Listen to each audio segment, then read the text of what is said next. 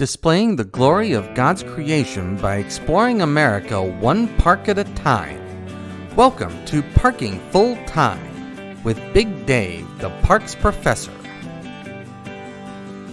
First hole. The par and distance are at the top of the screen.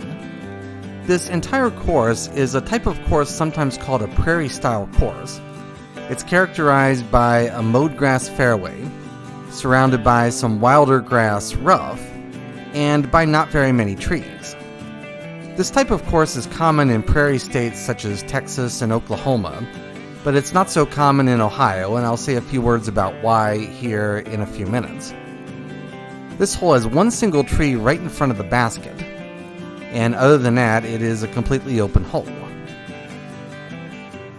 There's the basket, and there's the view back to the tee from behind the basket. The second hole is the longest hole on this course. It plays right up against the park boundary, which is directly to the left there.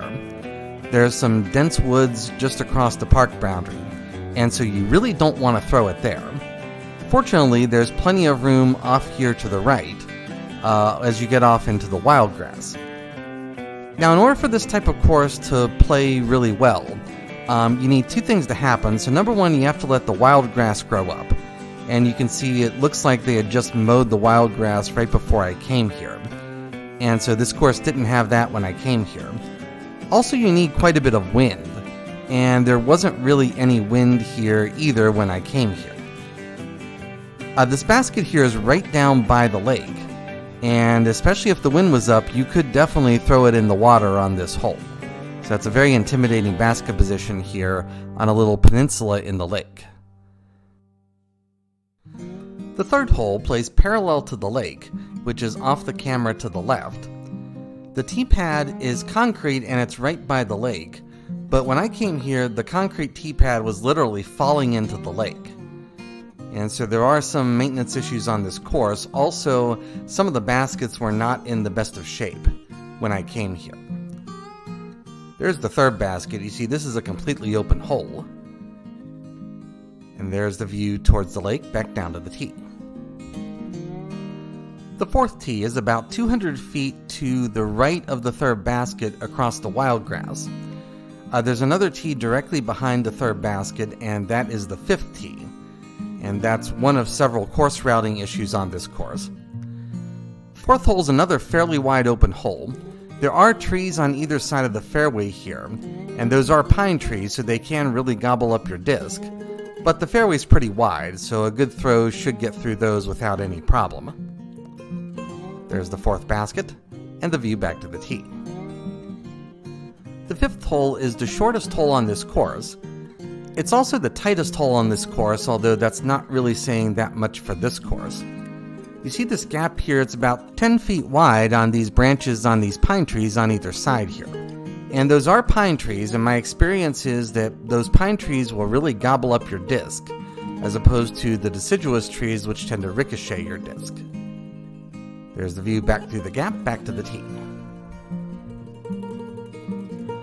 The sixth hole is a slight dogleg right. There are a couple of pine trees here guarding the inside of the dogleg, but unlike the previous hole where you had the tight gap you had to throw through, there's plenty of room off to the left, and therefore there's plenty of room to maneuver a disc to get around the dogleg. I captured this video on Monday, October 23rd, and it was a bright sunshiny day with temperatures in the mid-50s when I came here.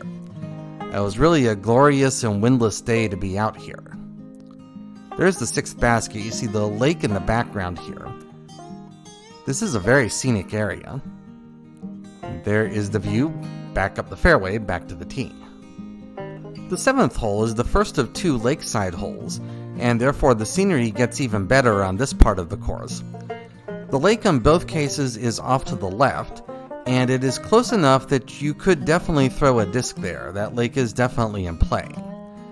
This hole is a slight dogleg right, but there's nothing guarding the inside of the dogleg except the wild grass, which had been recently mowed on my visit.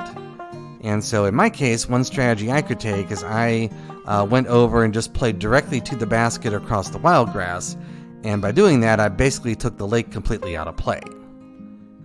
The 8th hole is almost identical to the previous hole. As we get closer up here to the basket, you'll be able to see the park's beach directly behind the basket. This is the South Beach Disc Golf Course, and there is in fact a sand beach on the lake here.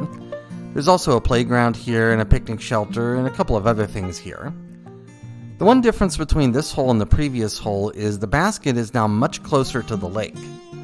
And so that lake there to the left, that's about 10 feet to the left of the basket, that definitely does come into play. There's really no way to take it out of play, and therefore a lot more caution is warranted here.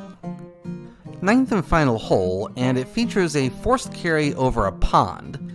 It's about 150 feet to clear that pond, and so we're going to jump across the pond and then walk on over this little ridge here to the basket. The 9th tee is right beside the parking lot, and the 9th basket is away from the parking lot, so you basically have to turn around, walk back up the 9th hole in order to get back to the parking lot. So there are a couple of routing issues on this course, and that's one of them. Overall, this isn't one of my favorite courses.